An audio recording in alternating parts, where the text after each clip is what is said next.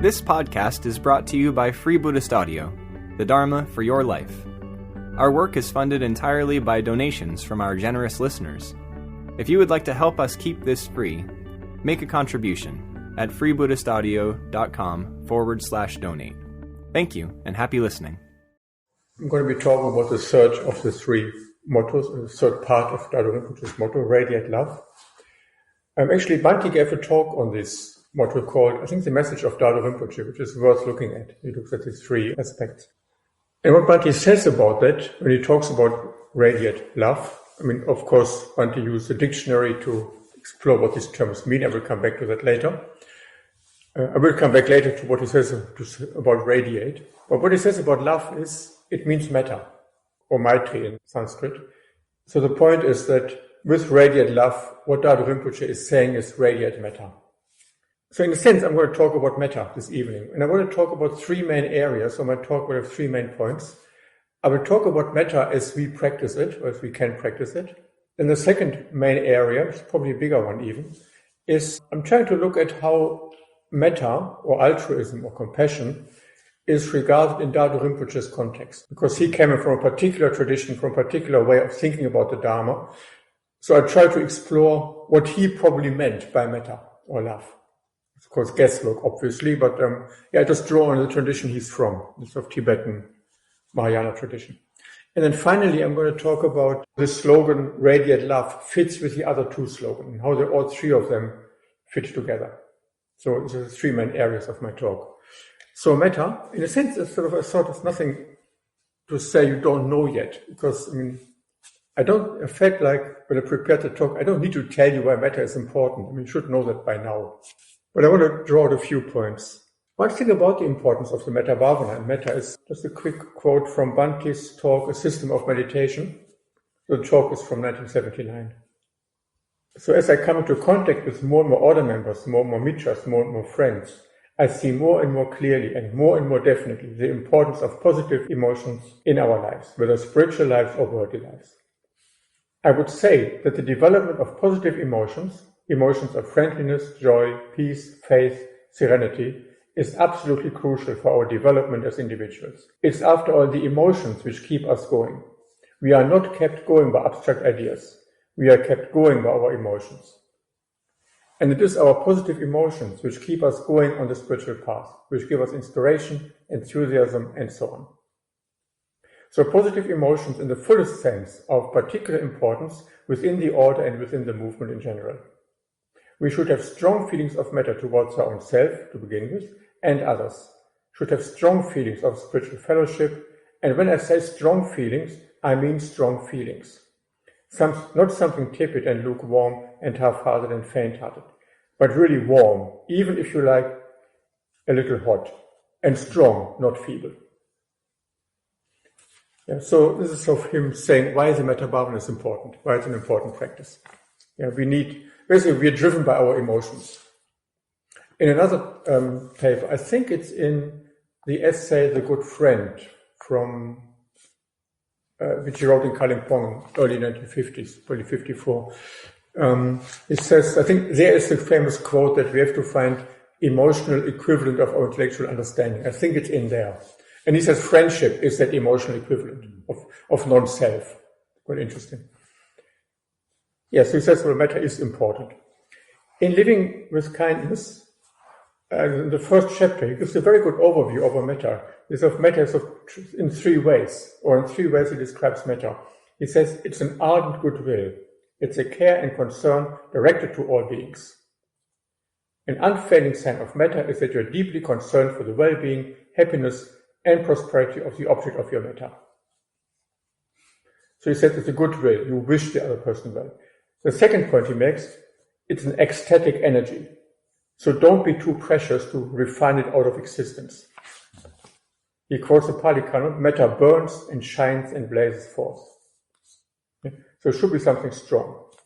And the third thing he's saying is it's a rational emotion. Metta is the adequate response to other beings. So it is an emotion which is in harmony with reality. So I think it goes back to an idea that some emotions are rational, which means they're in harmony with reality, and some emotions are not rational. So fear of spiders is an irrational emotion, for example. Yeah. So he makes these 3 points. Matter is the adequate response to other beings. Actually, I've got a sense that matter is the obvious response to other beings. So if you see what we are and what other beings are, matter is the only logical response to any other being, any other sentient being. It'll probably clearer as I go on. There has to be that fellow feeling if we are to experience our humanity to the full. Yeah, so it's part of us being humans, having this fellow feeling with other people. So this is how Bhante describes matter, or talks about matter in Living with Kindness. I just want to give a few thoughts now about our training in matter, just a few ideas which you may find useful. So the first thing I want to make is matter has to start with real people, specific people. I mean, that's why our metta bhavana starts with self, friend, neutral person, enemy. It has to be directed towards real people, concrete people in our surroundings. In a way, loving humanity is very easy because we never meet it. We never contact all beings. All beings don't exist for us. It's a pure abstraction. It's incredibly easy to love all beings because they don't exist. It's just an idea. Yeah, we can't love all beings as an abstraction if we don't love particular people, particular beings around us. Yeah, so metta has to start with specific people. It has to be directed to the people around us. The other point, I think it's related to that, is for me, metta is based on awareness of other people. First of all, metta is a kind of awareness. In the Pali, in the Metta Sutta, a famous text about metta, it is actually called a mindfulness. Yeah? And the Pali word is sati, the word we use for mindfulness. So metta is a mindfulness, the mindfulness of other people. So metta is based on being aware of another person. In order to feel empathy for another person, to feel love or metta to another person, it's obvious to say really, we have to be aware of them as a living being, rather than our idea of them. So we need to be aware of another person in order to feel metta towards them. I mean, a very practical way of doing the metta bhavana, which I find very helpful, is, when the bell goes and the person pops up, so to speak, spend some time being aware of the person and your response before you do metta. I mean, that's a very practical way of doing that. I find it really helpful. It's really good just to sit with the person, look at your response, be aware of them before you start developing metta for them. Otherwise, you don't develop metta for them into some idea you may have. Yeah, so it's based on awareness of other people. And actually, I might go further than that. It could even be that this is enough. What I sometimes find in the metta bhavana, just being aware of another person as a living being could already be enough to feel metta. Yeah, to feel some warmth. So it might even be enough. Yeah, so metta is based on awareness. Another point about the metta bhavana is keep the practice simple. Don't make it unnecessarily complicated. I think we can have the tendency of making our practices filling our practices with ideas and concepts and thoughts. And it can happen in the metta bhavana. Yeah? So keep the practice simple. Yeah, you don't need to come up with complicated, well, actually I would advise you not to do it. Don't come up with complicated therapy plans for the people to develop metta for. That's not metta bhavana. Yeah, that's just full of ideas basically. So keep the practice simple. Don't expect too much. Don't do too much. Just stay with the person, develop friendliness. Do as little as necessary. I think it's true for all meditations. Yeah, do as little as necessary. Keep the practice simple. Don't overcomplicate the practice with any ideas of psychology or whatever. Yeah, just be aware of them as a human being. So keep the practice simple and uncluttered.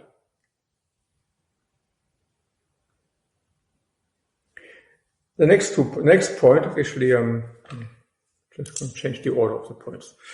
The next point I want to make is speaking to myself here basically as well as to others, the beginning of the fifth stage is really important. So to bring all four people together and to develop matter for all four equally. I mean, I'm probably guilty of that as well as probably many of us. It's something I tend to go over very quickly. Yeah. But actually, I think it's a very important point. And whenever I actually make the effort of staying with that stage, I can get very concentrated. I don't know how the mechanics of it. I don't know how it functions, but it works. Yeah, so the beginning of that stage, we have all four people together, yourself, friend, enemy, neutral person. You develop matter for all four equally strong. So you go beyond likes and dislikes. It's quite an important part in Metta Bhavana. Yeah, but I think I'm certainly guilty of sort of neglecting that part. And then also metta is expansive. Look for in the final stage especially, look for the quality of expansion. Yeah, so as Dharma Rinpoche says, it must radiate love. It's something expansive. And the expansion of metta is not some pushing metta through the universe. It's more a friendly mental state is naturally expansive. Yeah? It's when you go with the natural tendency of your mind to expand, to include more and more people. A selfish mental state feels narrow. An unselfish mental state feels broad, feels expansive. So look for the quality of expansion. That's another point I wanted to make. It's very intriguing. Somewhere in the Pali Canon, I couldn't find the quote because I think it's in the Anguttara Nikaya, and this is sort of this huge volume which I didn't have time to go through this afternoon over the last few days. There is a sutta where the Buddha talks about the different states that four different Brahmaviharas can lead into. They're all different. I must check that out. It's quite interesting. I think it's actually the only place I noticed in the Pali Canon where the Buddha describes the differences between the four Brahmaviharas. I don't think he ever describes the differences between them. But in this one, he describes them individually. And in this one, metta leads to a state called the beautiful. Yeah. That's quite interesting. And made me think of what's behind all that, what that means. And one thing I take from that, again, something I'd like to explore more in my own practice. For me, that hints at, or it points at the fact that there should be something enjoyable about metta. And it can happen. I think if you're very sort of, in a certain way, idealistic, metta, your feeling of metta towards other people, your altruism can be almost a bit, almost misanthropic. Yeah? There's poor people who suffer and I have to help them. Yeah? But what metta seems to be is actually, my impression is what's important is to enjoy people, basically. Yeah, I noticed that if you know that, sort of sometimes you go into town and you've got this sort of Buddhist moralizing mind on all these people are consumers, they're unhappy and so on. It's not very nice. But actually, if you drop that, most people are actually enjoyable and all right. Most normal people are actually quite good. Yeah, you go to a shop, the shopper enjoys their contact with you. Yeah, on a very normal human level. Yeah. So I think this sort of element of enjoyment and beauty in metta, for me, hints at sort of the ability to enjoy human beings. Because I think we're a brilliant species, absolutely wonderful. Mm-hmm. Really, seriously. Yeah, we're brilliant.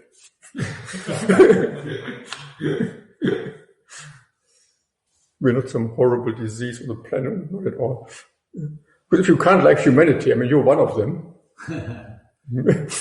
So what you're going to do? So I think part of metta is enjoying people, the ability to just, almost of harmless, innocent enjoyment of people without suspicion and cynicism, yeah, and moralizing. So there's a few qualities of metta I want to bring in just in terms of how to practice metta bhavana. I will come back to the radiating quality. Yeah, maybe one more word on that. And Bhatti quoted himself, metta is described as shining, bright, radiating. So yeah, look for that quality of brightness, lightness, light.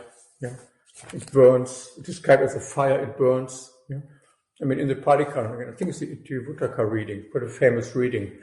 It's metta which outshines all other qualities. This is quite. I mean, I'm sure you heard the reading. Don't know it by heart, obviously, but so it's described just as the moon outshines all stars, metta outshines all other qualities. And it burns, blazes, and shines. So there's something shining, burning, blazing about matter, something fiery. So it's a few ideas or hints at how we can practice matter. Now we talk about the next level.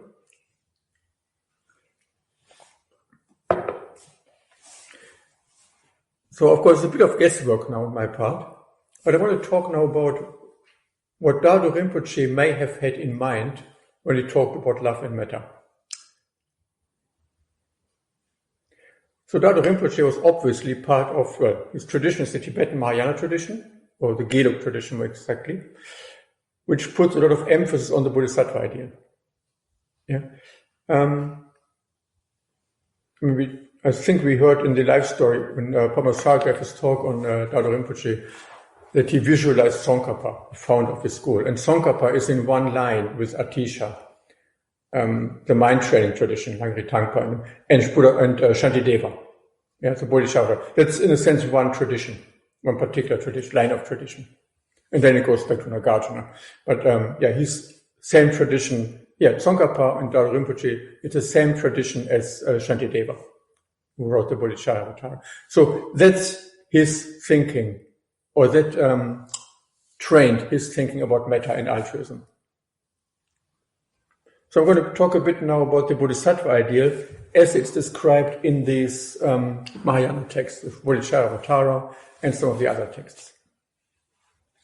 That's going to get interesting now.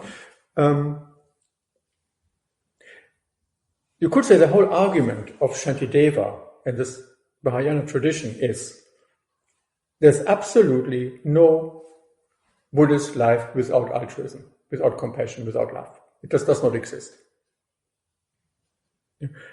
It's the Bodhisattva ideal is a non-self-centered Buddha. There's no self-centered Buddhist life. It's impossible. Yeah. Shantideva is very poetic, as we all know, but he's in the tradition of Nagarjuna. He's incredibly logical. It's basically, well, Buddhism says self-centeredness is the problem. That's basic Buddhism. Yeah, that's what the Buddha taught. Okay, so self-centeredness is the problem. And the language Shantideva uses is not only a problem, it's our biggest enemy. It's our worst enemy. It's our own mind and our self-centeredness. Nothing can harm us as much. So you need to kill it. You need to smash that enemy. Quite easy, quite simply. Yeah? Destroy it. And you do that by altruism. You defeat your self-centeredness by being altruistic. Yeah? So that's the argument in a way. And this is basically what underlines all the Mahayana teachings, all these teachings from the Tibetan Mahayana tradition. In a sense, what it's saying is our problem is too much self-concern. The problem is that we're too self-concerned. And maybe what this, complete guesswork now why these traditions emerged, but it's very easy for Buddhists to become too self-obsessed because we practice mindfulness. Yeah? And it's very easy for Buddhists to become sort of almost narcissistic. Yeah? And finding out the minutiae of our mind incredibly important and meaningful. And as maybe the tradition emerged because of that. Because, okay, forget about all the details of what your body is doing. Yes, all right, but you need to know that to some extent. But really, it's about altruism. Yeah? Or everything we do, all other practices are not complete. I think it's a Tibetan tradition. No practice is complete without the motivation of altruism. Yeah, any practice you do, mindfulness of breathing, metta bhavana, insight practices, reflecting on the lakshanas, whatever you do, is incomplete without an altruistic motivation. So you only do it to be of welfare, of benefit for other people, other beings. So Shantideva has two stages of that. And I think the first stage is a brilliant description of how to do the metta bhavana. It's great. The first stage is sameness of self and other. Yeah, so very logical again.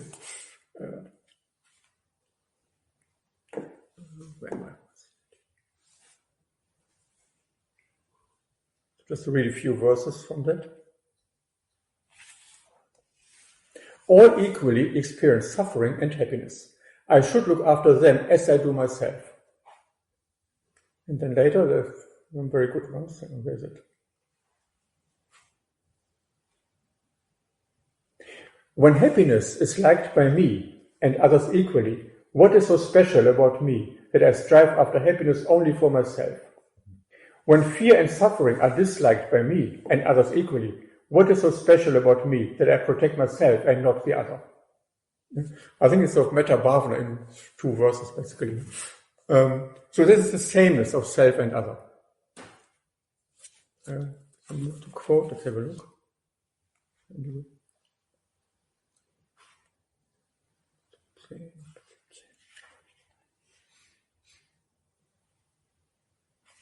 Therefore, in the same way that one desires to protect oneself from affliction, grief, and the like, so an attitude of protectiveness and of compassion should be practiced towards the world.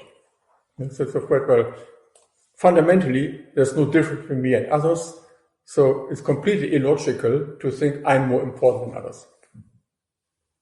That's the sameness of self and others. Then comes the next stage, and this needs to be the basis. In a way, I think the way to look at it is we use our inborn selfishness to develop metta.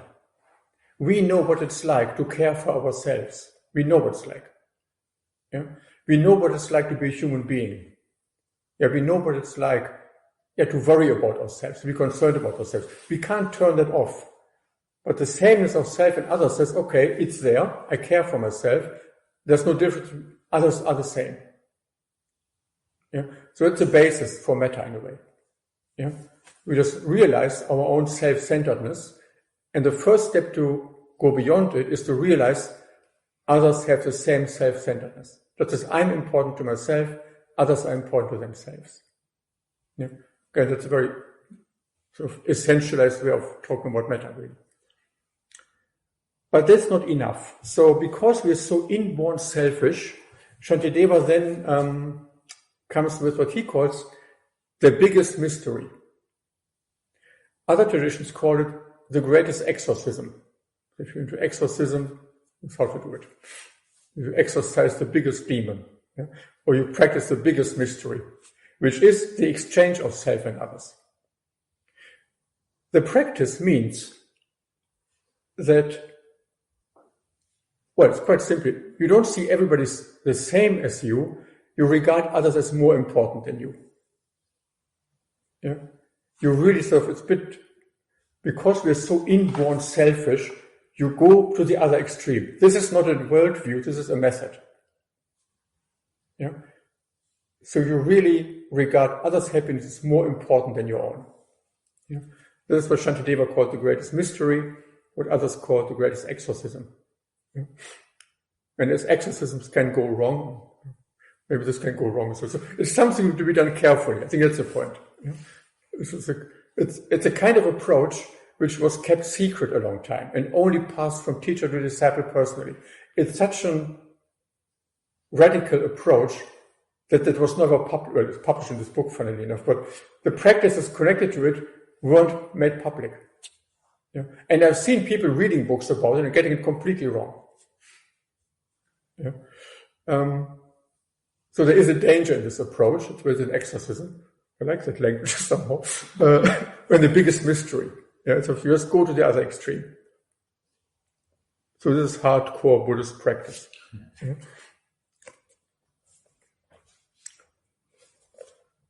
So I'll give you a few quotes. This is Langri Tangpa, 8 verses. Whenever I'm in the company of others, may I regard myself as inferior to all, and from the depth of my heart cherish others as supreme. When someone out of envy does me wrong, and by insulting me and the like, may I accept defeat and offer victory to them. Even if someone whom I have helped, and in whom I have placed my hopes, does great wrong by harming me, may I see them as an excellent spiritual friend. Yeah? This is, I think these are the teachings which are sort of handled with care. Yeah? So this is hard teachings. Yeah.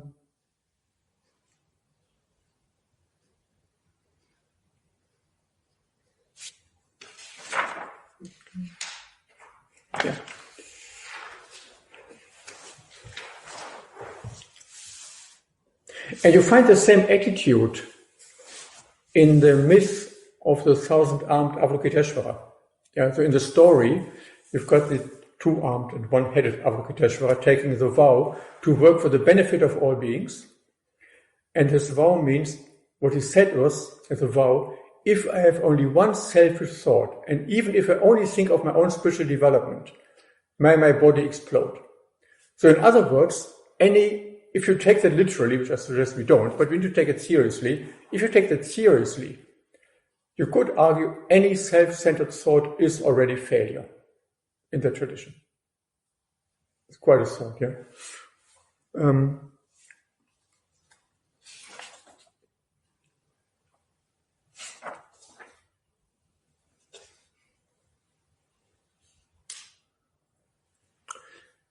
So this is basically this very extreme way of practicing. Don't worry, I'm going to make it easier later on, so we address the balance a bit. Something I really like about that tradition is, if I could, this quote from, I think it's by Jamgon Kongtrul in the commentary.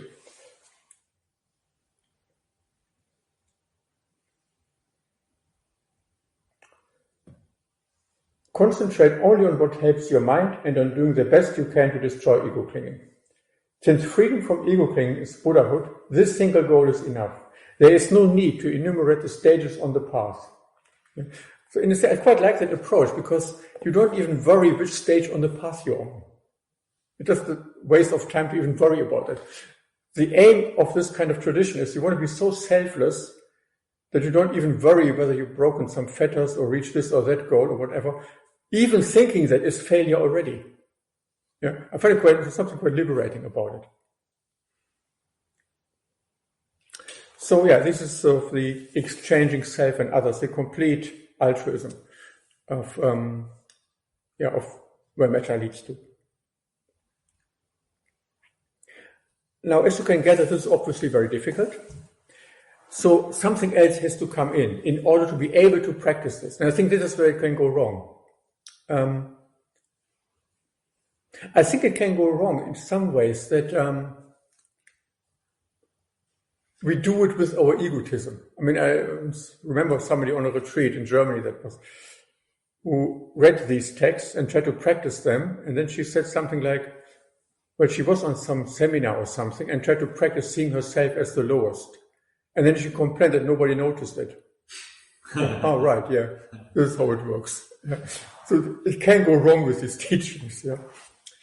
So in these traditions, in all these traditions, with the 7-point mind training and so on, before being able, or in the context in which you practice these things, has to be insight into emptiness. Otherwise, it doesn't work. Yeah?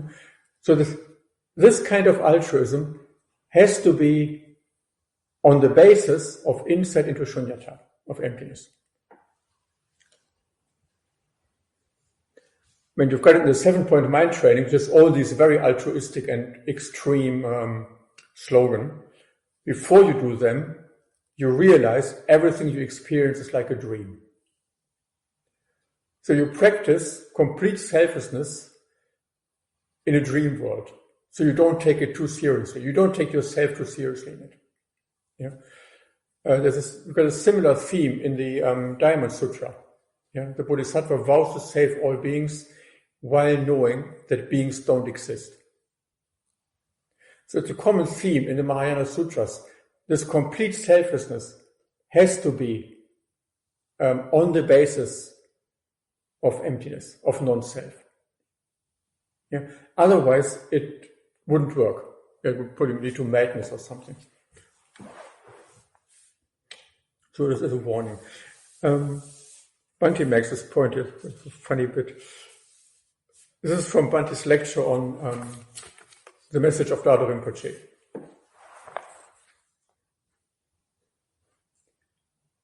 Rinpoche speaks of radiating love. But what does radiate mean? To radiate means, according to the dictionary, to emit from a center. But what is the center? I won't get too philosophical here, but the center is the middle point. I'm sorry, I have to ask another question. But what is a point? I'm afraid this is just one of my little habits. But what is a point? A point is defined as that which has position without magnitude. Yeah? So a point has no size, it's nothing. Yeah? It's a position without any magnitude. We can radiate love only from the middle point of our being. We can radiate love only from egolessness, from shunyata. We can radiate love only from that point within ourselves, which has position without magnitude.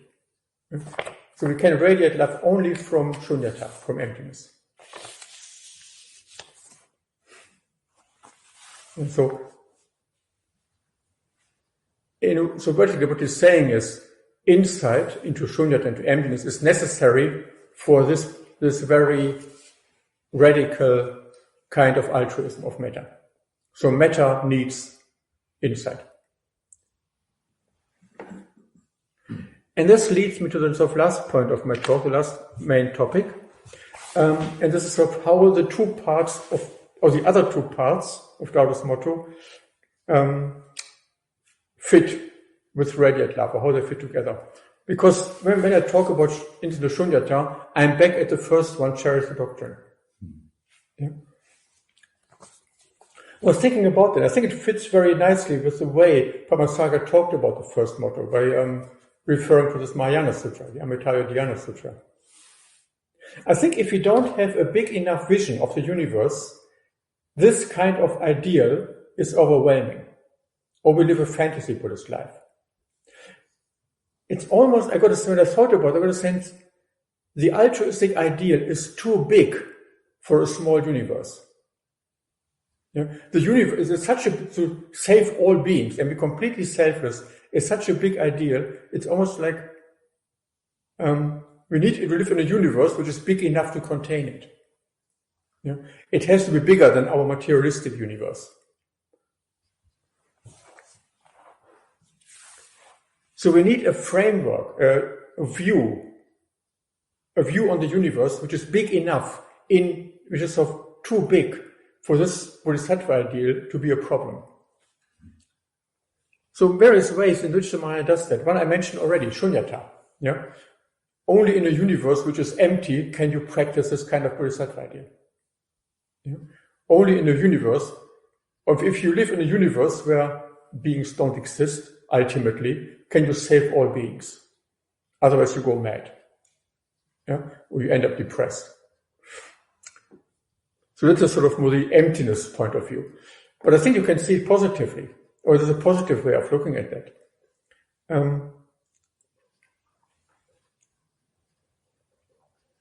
If you take the sutra, the Amitaya Dhyana Sutra, which Padmasambhava talked about, the universe in which the sutra happens is not only do we have the pure land of Amitayos, Sukhavati, but at the beginning of the sutra, it was actually, I don't know how many, probably millions of Buddha fields. And the queen chose one of them. She was shown these millions of Buddha fields full of Buddhas, yeah, and she picked one of them, and then that got described. Yeah. So it's a universe which is full of Buddhas and Buddha fields.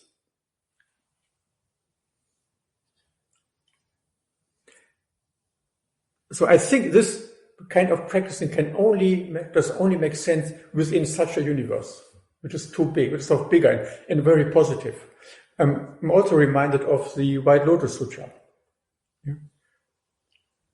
Yeah. Or maybe to come back to the Pure Land Sutras. In a sense, what the Pure Land Sutras are saying is, well, Amitabha's grace has already saved us, so don't worry. So you practice this kind of complete selflessness in a very positive worldview of other power, yeah, of the blessings of the Buddhas and Bodhisattvas.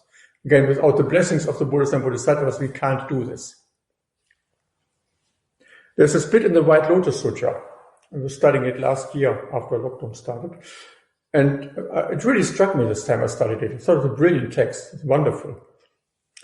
And there's a passage in the sutra where there's sort of thousands of bodhisattvas and Buddhas anyway around there. There's all these Buddhas and bodhisattvas. And they all take the vow to protect the Dharma, no matter what.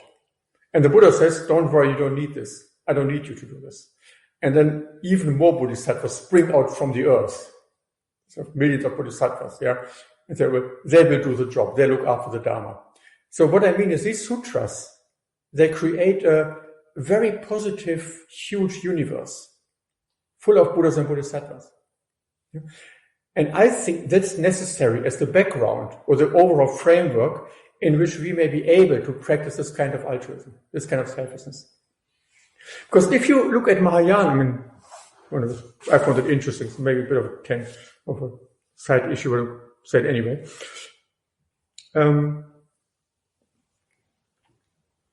Well, if you think of it's almost, if you ever get confused about this, if you look at Mahayana texts, there's two different kinds of texts which give a very different feeling.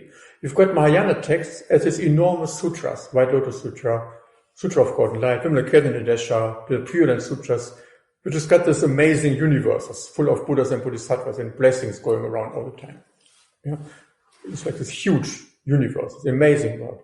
And then you've got Mahayana and Bodhisattva ideal in a sort of mind training Shantideva sense, which is this brutal, selfless practice.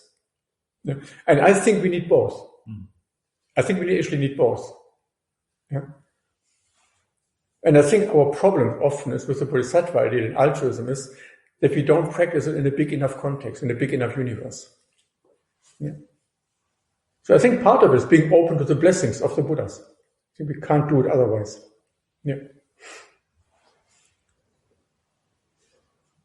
So I think in this way you can see that without cherishing the Dharma, we can't radiate love. It's not possible. Yeah?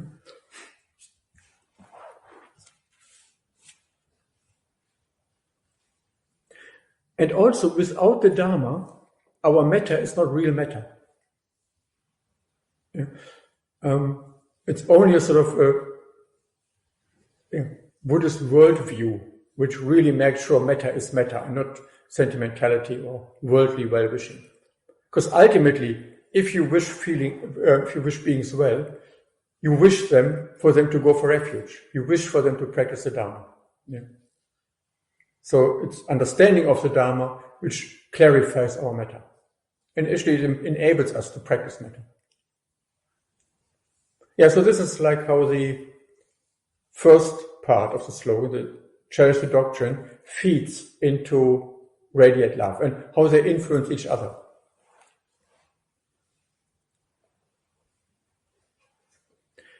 But I think the same is also true for living united. So I think living united and radiating love, they also need to go together. Yeah? So I take living united now in the context of living united with other people. Yeah? So the aspect Vijayadhara talked about other people and our teachers. I'm sure it can be worked out for the other aspects as well. And just haven't done it. So on the one hand, we need the Sangha to be truly altruistic. We are very limited in being of benefit for other people on our own. I mean, some of us more than others. Yeah.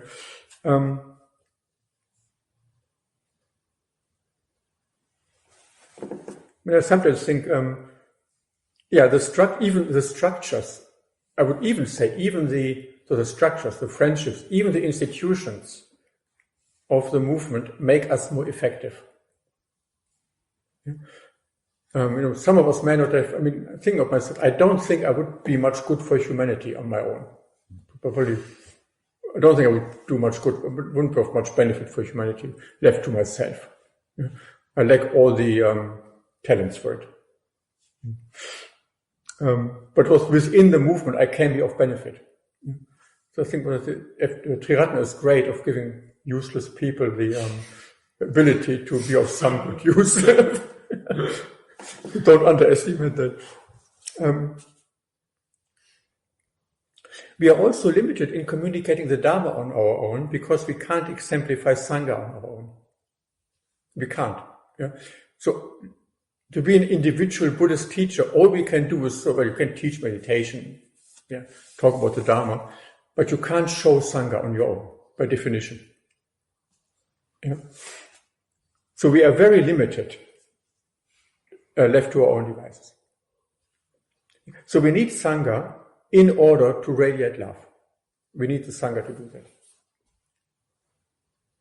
It also makes it more attractive, because, as quoted Bhante at the beginning, we're not rational beings, we're emotional beings. And probably what many of us find attractive about Triratna is seeing people being friends, seeing people working together. Yeah, I find that, certainly for me, seeing people together, that's attractive. Yeah, so we need to live united in order to radiate love. It's necessary. But I think it also works the other way around. I think we need to radiate love in order to live united. Yeah. I think without an altruistic dimension, a Sangha can't function. I think it stagnates. Yeah. Also, Sangha needs to be open to other people. When Bhante said in one of his talks, the purpose of the spiritual community is two purposes. One is to exist, is all. The second purpose is to allow others to join it. Yeah. So the purpose of the spiritual community is to allow other people to join the spiritual community, to become part of it.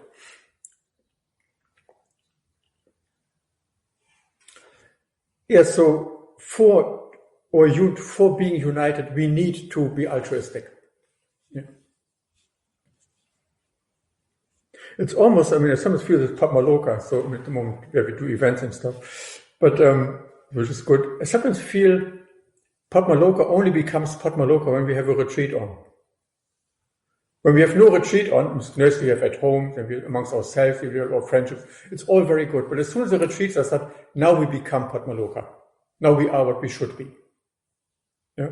So part of what we need is we need our work to function. And you can sometimes see it, it happens rarely, but I sometimes notice it, that some groups, it happens sometimes with going for refuge groups, they're so harmonious amongst each other, they love each other so much that they don't want to have new people joining them. And I think it always stagnates. I think it usually stagnates. It gets very sentimental, we love each other so much, we're such good friends, but if they're not open to new members, the stagnation is going to happen very soon. Yeah?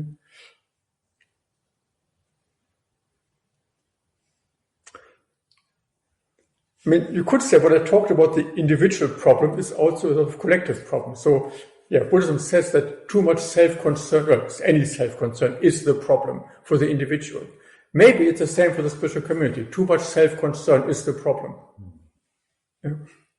So just as sort of individual self-centeredness doesn't lead anywhere, collective self-centeredness also doesn't lead anywhere. Yeah? Something to discuss.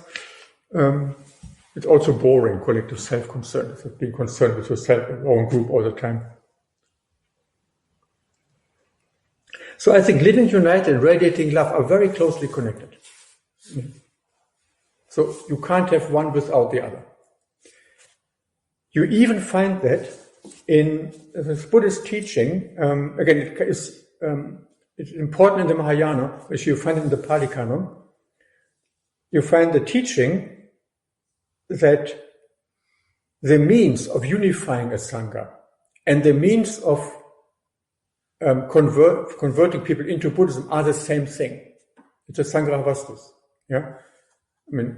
Just mention them, the generosity, loving speech, beneficial action, exemplification. I don't want to go into the details of them, there's enough material, but I think what I'm going to draw out now is the fact that it's the same, to unify a Sangha is the same practice as to expand it. The same thing. So the Sangraha Vastus are sometimes called the means of unification, unifying a Sangha. They are also called the means of conversion. And they're the same practices. So almost unifying a Sangha and expanding it seem to be the same thing.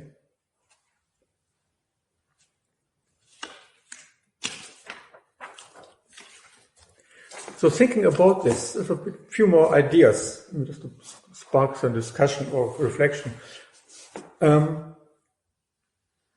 I thought about the three parts of Lao Tzu's motto, cherish the doctrine, live united, radiate love, the more it seems to me they really hang together. I don't think you can have any of them without the other two.